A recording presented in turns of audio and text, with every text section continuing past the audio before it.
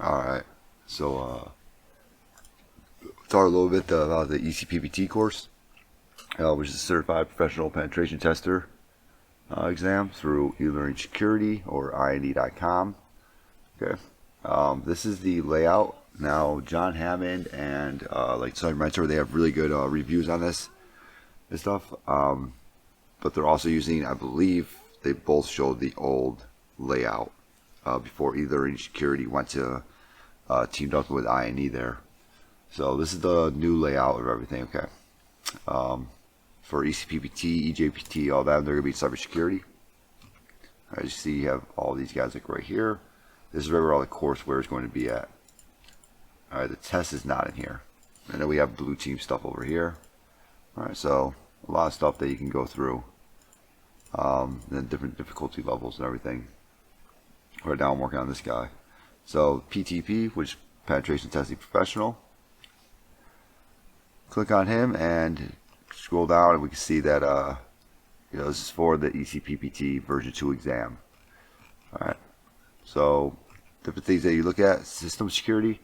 Now, this is all about buffer overflows, but it's really going deep into the weeds of them, like how like the memory is working and everything. It's really going deep. It's good knowledge, but I mean, you don't exactly need it to pass the test and things like that. I didn't really like the lab for it, so I think I did the lab. Yeah, I did the lab for this guy. I just didn't actually mark as finished or whatever. So I think it was this one that I did not like the lab for. Yeah. But a lot of people do say, like, getting into this thing, going straight into system security, that was like, what the heck? Really threw you for a loop. I bounced around. I did system security last. All this stuff down here, I mean, you've been doing this for like a little bit. You know how to do these different things down here. So not very difficult. How malware spreads, it's not very difficult. If you have like Security Plus or anything like that, you know how malware spreads and stuff. So PowerShell pen testers, if you don't get the highest end paid one or whatever it is, you don't get this course. I thought this one was pretty done. Okay, yeah, I'll review it. Reviewing it actually right now. So, but yeah, you get I thought I actually did these two labs. I didn't mark them as finished, but yeah, this one's pretty good. You don't need it to pass the course, to pass the test. A lot of people say it helps out during the test. I didn't really even find it to help out very much. I didn't use PowerShell really at all. Every time I got into anything with Windows, I just went into the command line, did what I needed to do, and then immediately tried to get into GUI. Oh, someone's gonna come tell me something. Oh, he's putting his milk down. All right. Linux exploitation. Obviously, that one was really good. Really good course, like right there. Pretty much just goes through all of Linux exploitation. All right. So, and then again, if you've been doing, hack the boxes, try hack me, Vuln Hub, proving grounds, anything like that, you got that one down pretty good, right there. You got web app security, which I highly suggest to look through all of this. All right. I've used Zap quite a few times. So, but yeah, I highly suggest to look through all of this and understand. And it's kind of, again, if you've been doing this, then you know how to do directory bustering, subdomain enumeration, things like that. You may have never done crawling to spidering, just because for spidering with Burp Suite, it is paid for. Zap does have spidering for free, so you could look through that and then figure out how to do it through Zap. I believe one of the labs I did, I think it was this guy right here, I used Zap for that one. So that helped me out a lot. It does go through a little bit of cross-site scripting, things like that. Remember, this is for a penetration test, not just getting root on everything. So you do have to go through and you write up your report, and you do have to see all the different vulnerabilities. So there might be an SQL injection attack that you can do against the web server. There might be cross-site scripting. There might be cross-site scripting in multiple places. There might be, you know, a reflected, stored, and DOM-based cross-site scripting. You may be able to do cross-site request forgery. You may be able to do local file inclusion, remote file inclusion, things like that. So those are different things that you want to look at. The penetration testing Wi-Fi security, I don't think I even opened this one up. I don't think I looked at anything with this. If I did, it was just off my free time or whatever. Yeah, I didn't even look at this. There's nothing with that part of the test. Wi-Fi was one of the first things that I learned to hack, so going through that one, I didn't really see much of a point in it. Now, the Metasploit and Ruby module. This link right here has a buffer overflow attack in it. I believe it's that Ruby Lab, or is it Exploitation with Ruby? Exploitation with Ruby. Alright.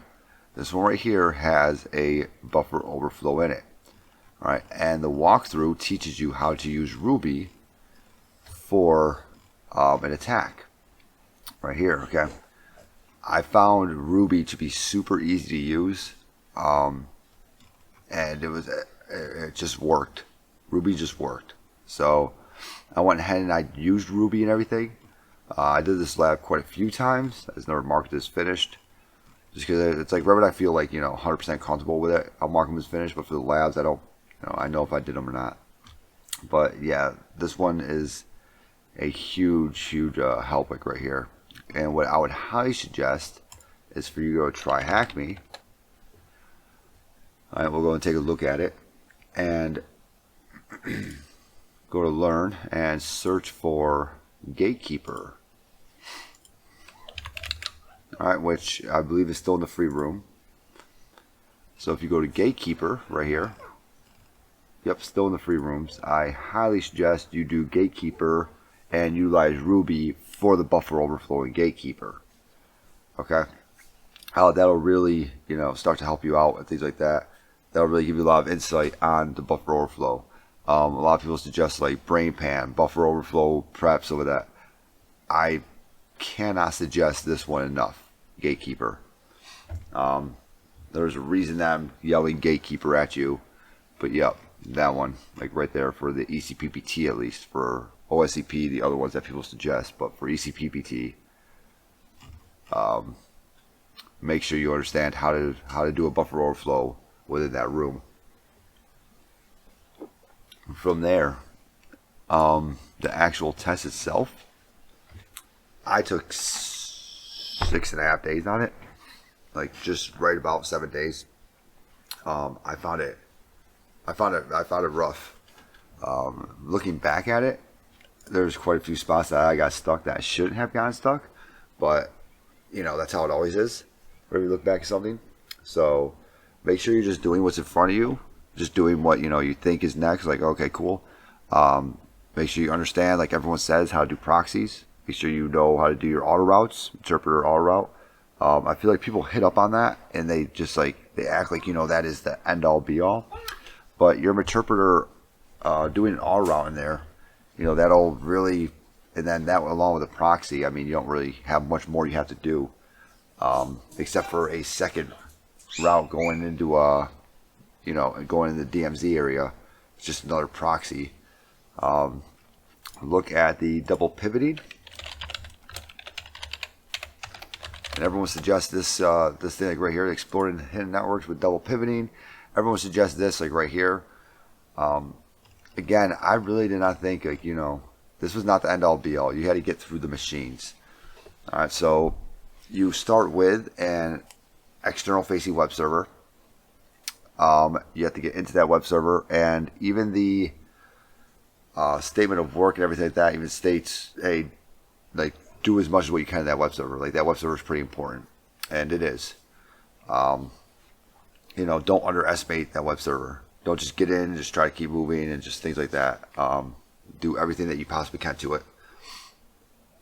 So you get in the web server, and then from there you have to start pivoting, and you have to start pivoting to a few machines. Okay, just like what would be internal of a network, you know, some Windows machines, things like that. and just start gathering all your information and everything. There's some things that I overlooked the first time the first like couple days that I did it. So I had to go back through and do those portions again to be able to find more stuff, especially when I was really stuck. And also understand bind versus reverse shell. Okay, so bind versus reverse. So a bind shell, let's see here. A bind shell, okay, actually, like, I go to you and I try to have you open a port, like an incoming port, right? A reverse shell, I ask you to open a port, but it's going to be like an outgoing port. So you're more likely to get something to work with a reverse shell. However, if bind shells are used between NAT, PAT, and firewalls, okay? So that's what the problem is. The bind shells often have strict inbound traffic, okay? So they can mess you up with that. All right. Reverse shells remove the need for a listener on the target machine. It means we don't have to leave the target vulnerable to other malicious actors. Can use popular ports such as 80 and 443, and we don't need to specify the remote hosted IP address, and therefore do not have to face NAT or PAT address translation issues. All right. But if the reverse shell can't get back to you, if they don't know how to talk to you, that's not going to work. So that's something else you need to realize, okay? Bind shells might work if, that machine doesn't know how to get back to you. But if there's firewalls on the machines and things like that, and then you're not going to be able to do a bind shell. You're going to have to do a reverse shell. But if those machines can't talk back to you, you have to think to yourself, you have to draw out that network and say, okay, what machines can this machine talk to that I can talk to also? And then try to work your way in like that. All right. So that is about it for the eCPPT, okay, review. And I hope they give you guys a little bit of knowledge on it. And if you have any questions, let me know. All right, bye.